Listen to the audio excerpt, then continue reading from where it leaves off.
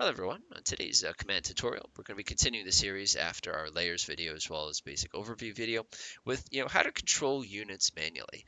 This scenario, I should say this little video, we are not going to be looking to try to give you the ins and outs of how to do parasite operations such as aircraft and ships and tactics and all that other stuff. That is for complete other day. This is just the absolute basics of basically moving your aircraft around and how different operations work. Any quick comments before we get rolling, Baloogan? Hey guys, I'm Baloogan. I'm here with Phil on this video covering just the basics. You've got it. We're just going to look at the very basics of unit movement, uh, throttle and altitude, and a little bit of MCOM and attacking. All right, absolutely. So first things first, when you click on a unit, if it's in a group, you're going to get this little group view here. If you click on a single unit, you're going to get that. If you ever need to check what unit you've got selected, just always look up here in the top left corner. It does a really, really nice job of kind of breaking it down piece by piece, plus the quantity.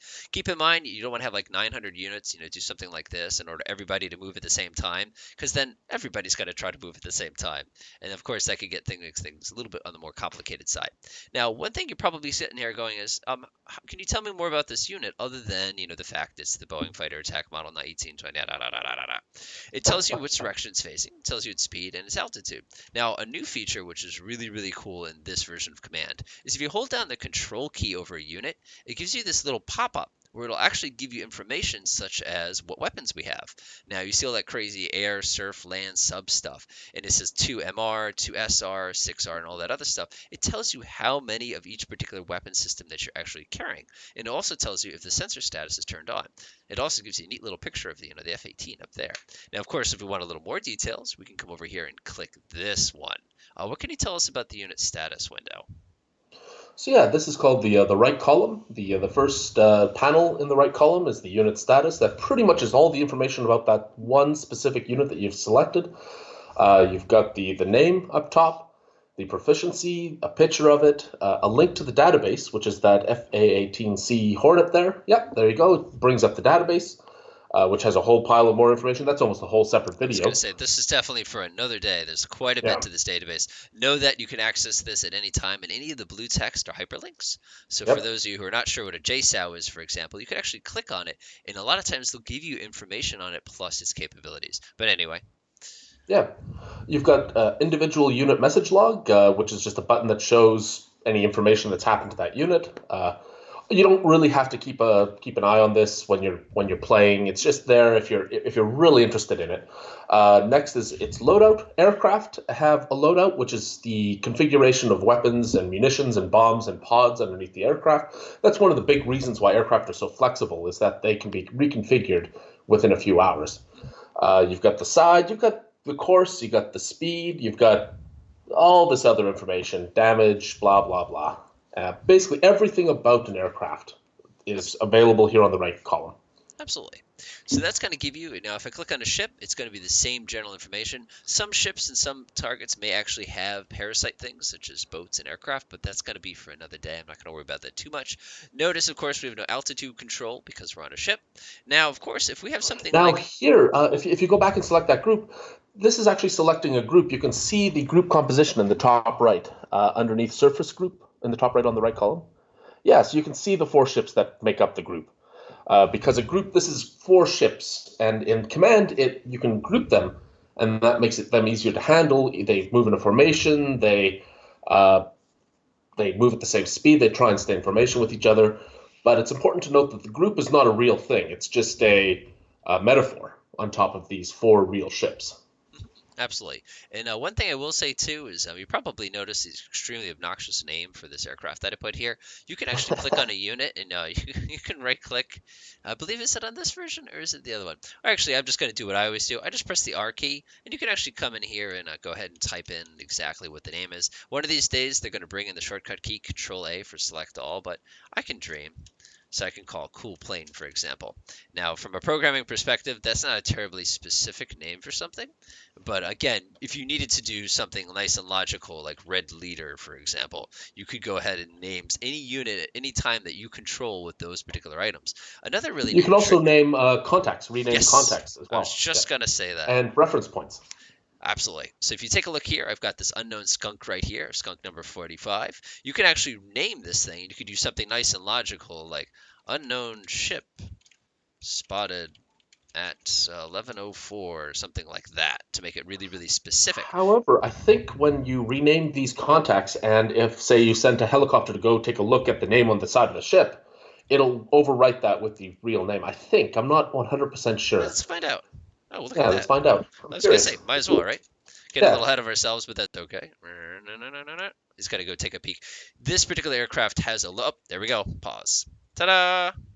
Now yeah, notice, yeah, yeah, it overrode our name with this commercial tanker because that's exactly what it is. And notice as soon as we knew more about that unknown contact, it was able to give us information and the database entry, yeah. which is awesome if Also, you ever encounter battle something. damage assessment, which is an important thing, is we didn't know, like, it's just a blip on a radar until you get close enough to take a look at it with a camera, and then you can make an assessment as to the status Absolutely. Keep of in the mind, ship. you're not going to be counting individual bullets sitting on, 20 millimeter cannon or anything like that, but it will give you some good details, which is actually kind of cool.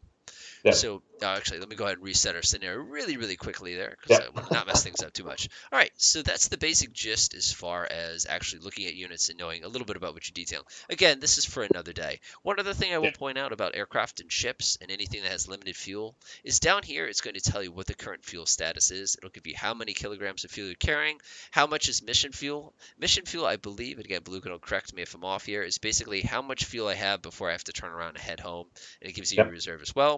Tells you how much you're burning at this time, 37 kilograms a minute. That's actually quite a bit. It's about, for USD, that's probably about $80 worth of gas per minute. It's quite a bit.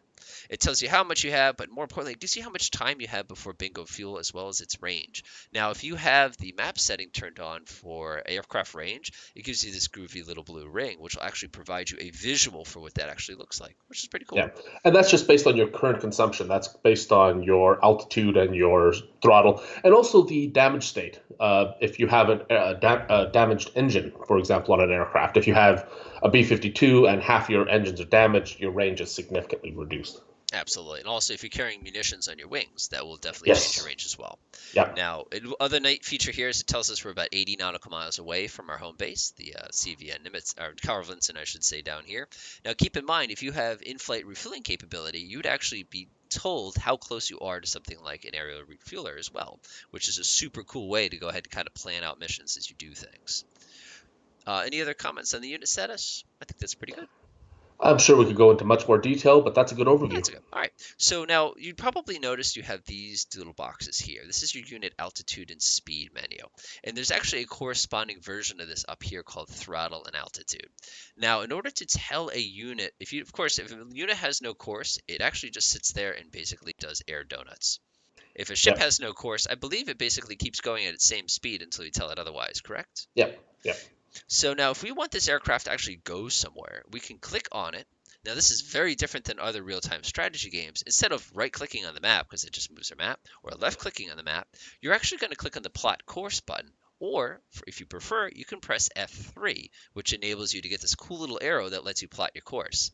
Now, one thing I really love about this is it tells you how far away your course is plus the degrees. So if you're one of those people who like to get a little bit artistic with things, you could sit here and do 135 degrees, and then from that particular position, you could come around 225 degrees, and then from that position, you could come up this way, and you could swing back. Oh, I was so close.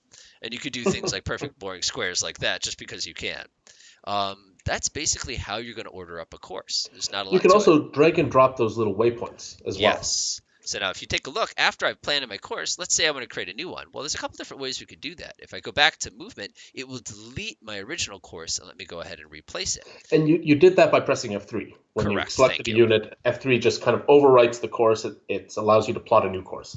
Absolutely. Now, what I can actually do is click on this waypoint, and I can drag this. Like, for example, I want him to go buzz the airfield on his way back over to this combat air patrol. He will actually follow that.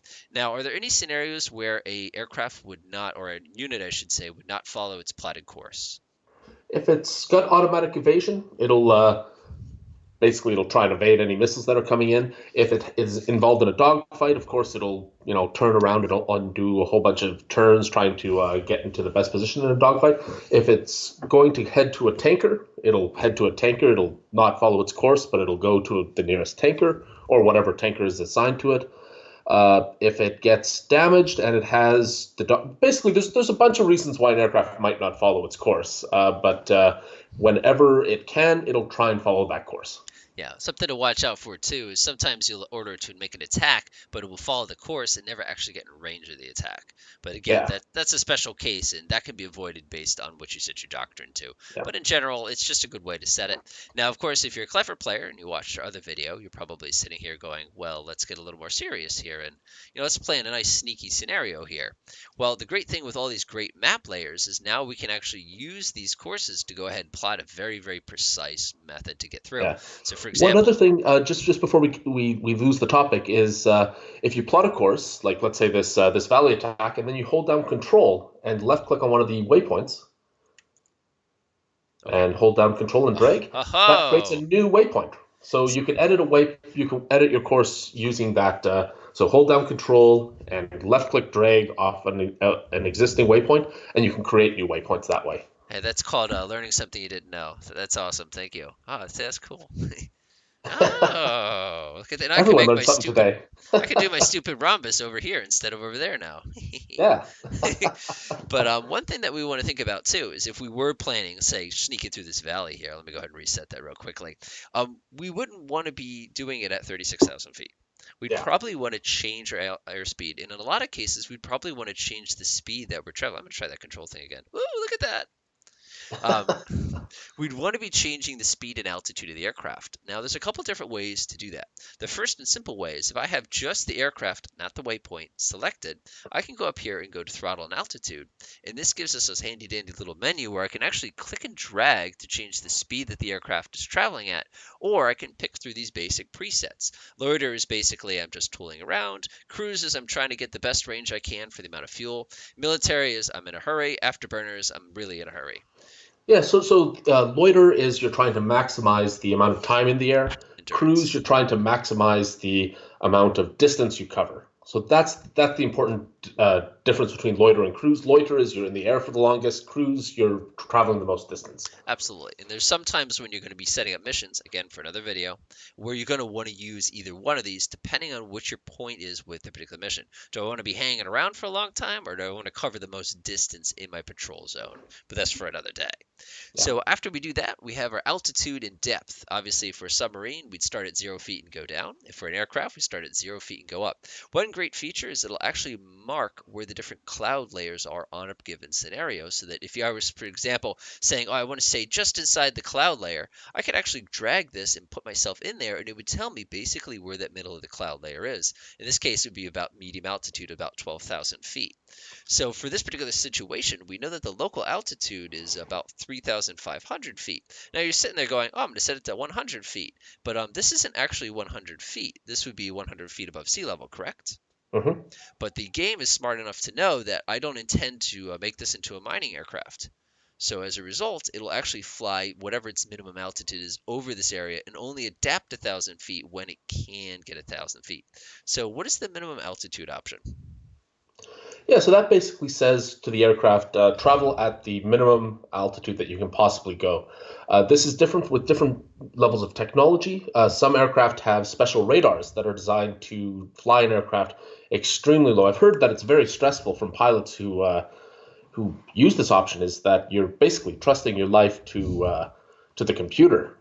Yeah, doing 600 miles an hour, I'm sure.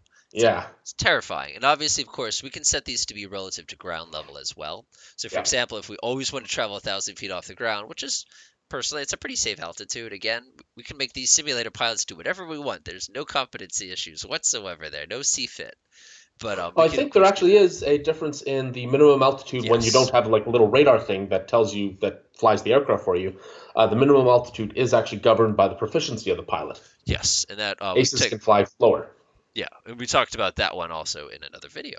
But again, Yep. it's kind of neat, but you don't have to worry about people smacking into mountains or anything like that. They'll automatically avoid, which is actually kind Yep. of nice in this game, if you ask me. So, no, let's go ahead and set them to minimum altitude, which is going to be kind of terrifying, 20 feet. We'll crank them up to afterburner. Now, I'm going to go ahead and let him kind of approach. You can see he's losing a bunch of altitude now he's about 1,000 feet above sea level. Now, one neat feature in the command here is we could actually set this from over here. So, for example, Hmm. if I wanted him to pop up to 2,000 feet, he'll actually jump up. If I click on minimum altitude, he'll dip himself down all the way down to 100 feet. Now notice now that he's starting to go across the land here that it shows that his above ground level is about 1,000, but his above sea level is about 2,400 feet. That's an important distinction because I believe SAM sites, whatever altitude they're operating at, adds to the maximum ceiling, correct? Oh yeah, yeah, absolutely. So It's a really important, like it's one of the more important things about land versus sea combat is like the land is actually, it gets in your way, unlike the sea. absolutely.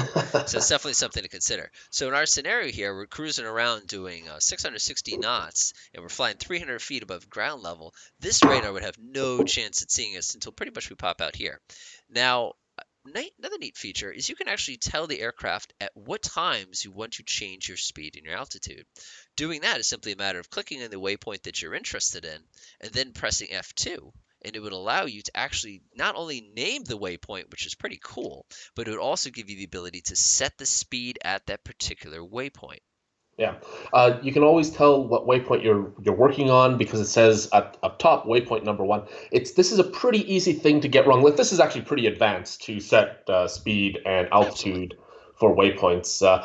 For someone who's just learning the game, I'd recommend just not worrying about this feature that much. Yeah, Not yet it until is you there you get though. your legs. Yeah, Yeah, it is there, but it's kind of yeah, neat because when the aircraft hits those new points, he'll actually start to adjust his speed, as you can see that he did right there. yeah. When he hits this point, he'll actually adjust his altitude as well. So it's really, really cool how much control you can have over that, which I think now brings us to attack.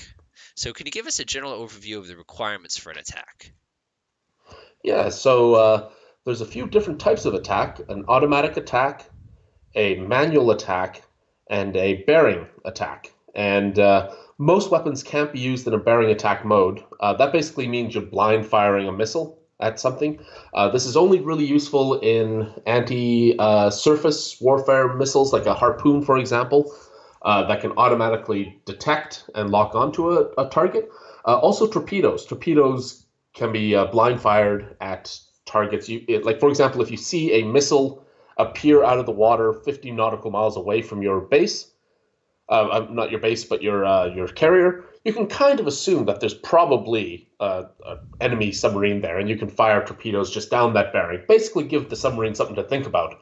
Because if the submarine starts to run because there's a torpedo, that means you can hear the submarine, and so that means you can fire a better aim torpedo after that torpedo.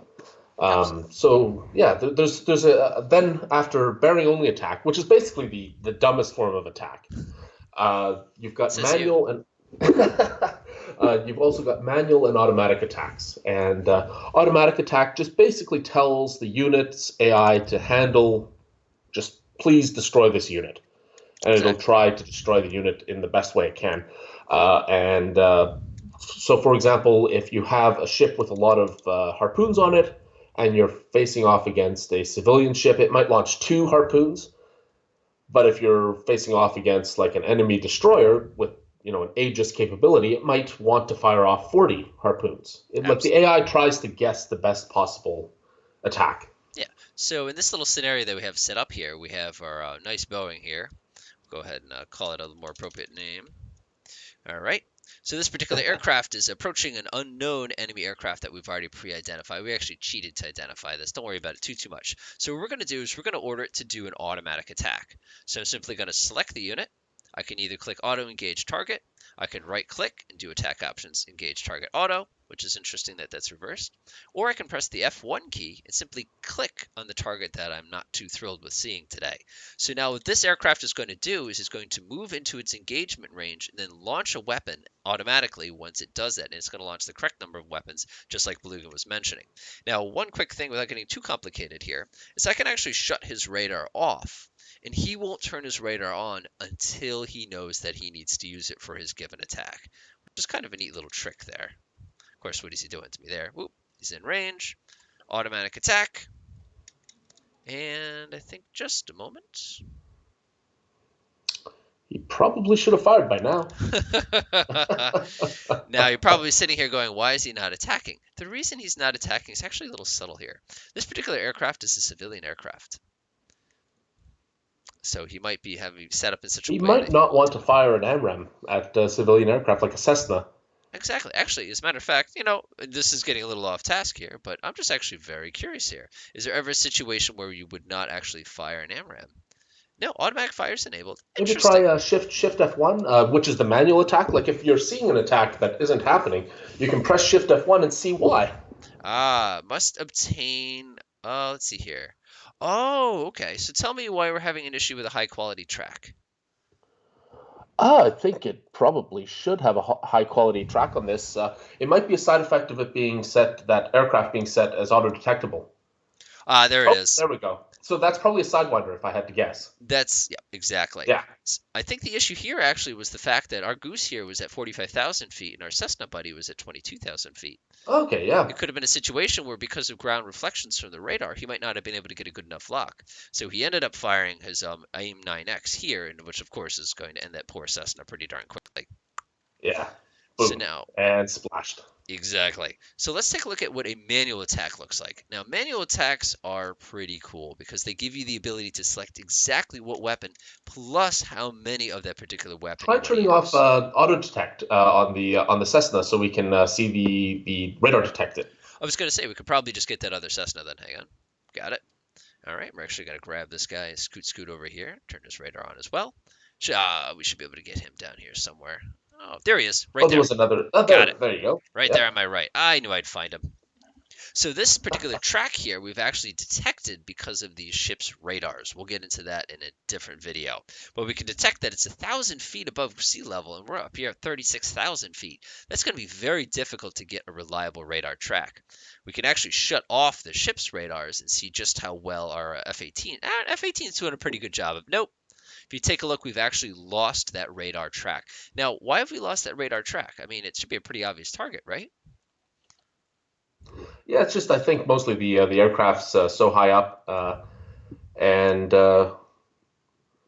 we should regain that track as soon as we get a little closer and a little lower. I was going to say, he's beaming us There pretty. we Oh, go. pause. And there goes Sam from the surface group, I think. Yes, I believe you're correct there. So now what happened here is, now that we positively identified this target, our surface group actually said, hey, no, I want the kill, and of course fired immediately. Now, let's say we want to do a manual attack. It's kill stealing is what it is on a naval scale. Now, let's say we want to do Yeah. a manual attack. Let's say, for example, that this was an F-22, and we just got lucky and spotted it.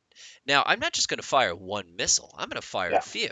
So I'm going to click on manual engage target, click on the target I want to attack. Now on this side, you pick the unit that's firing. On this side, you get to pick what you're attacking. So Again, this is a pretty complicated dialogue here. Yeah. It's worth taking a minute or two on it.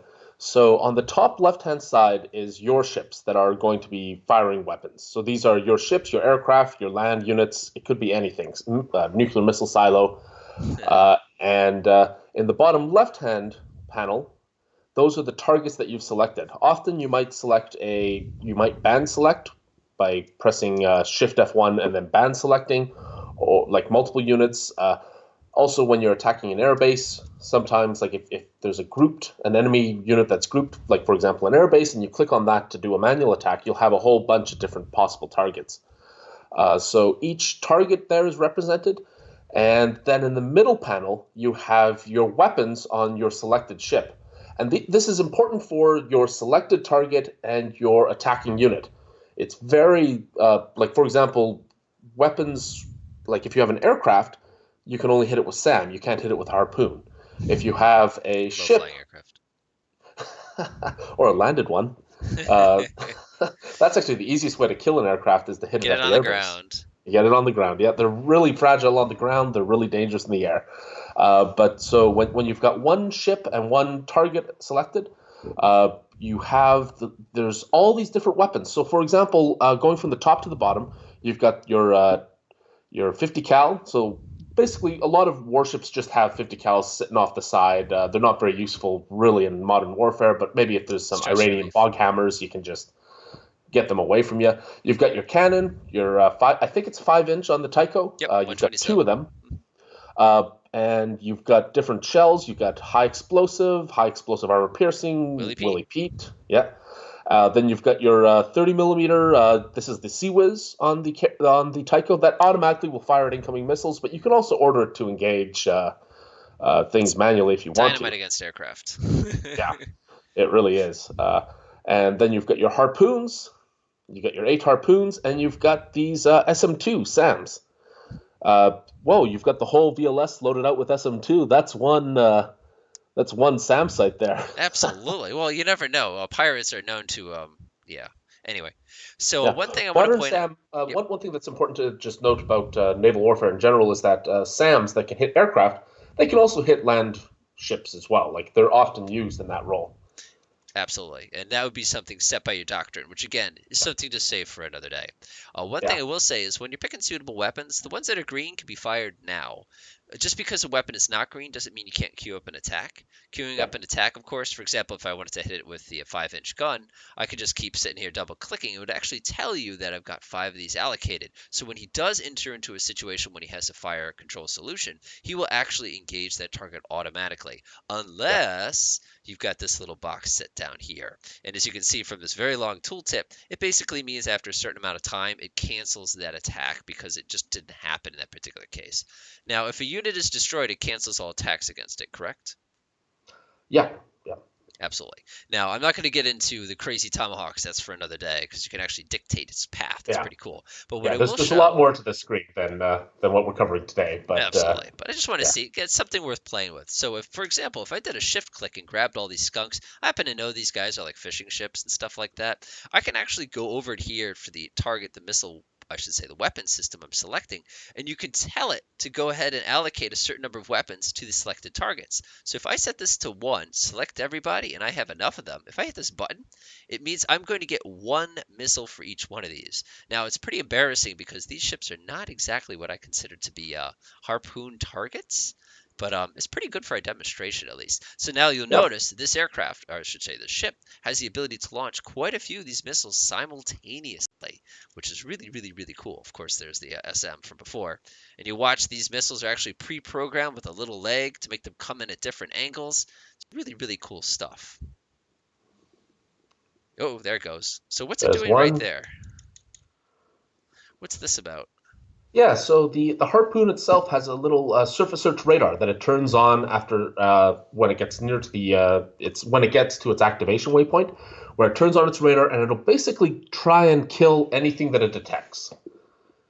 Yep. This So can result in like there was during the Falklands War there was a ship that had a Exocet, which is a French-built harpoon, basically, that was launched from an aircraft that locked on to a frigate, and the frigate launched chaff to make the missile lose its lock, which it did, and the missile, the Exocet, reacquired a ship called the Atlantic Conveyor, oh no. and so the frigate, which like it's a warship, it's filled with guys who could probably do damage control if the Exus had actually hit.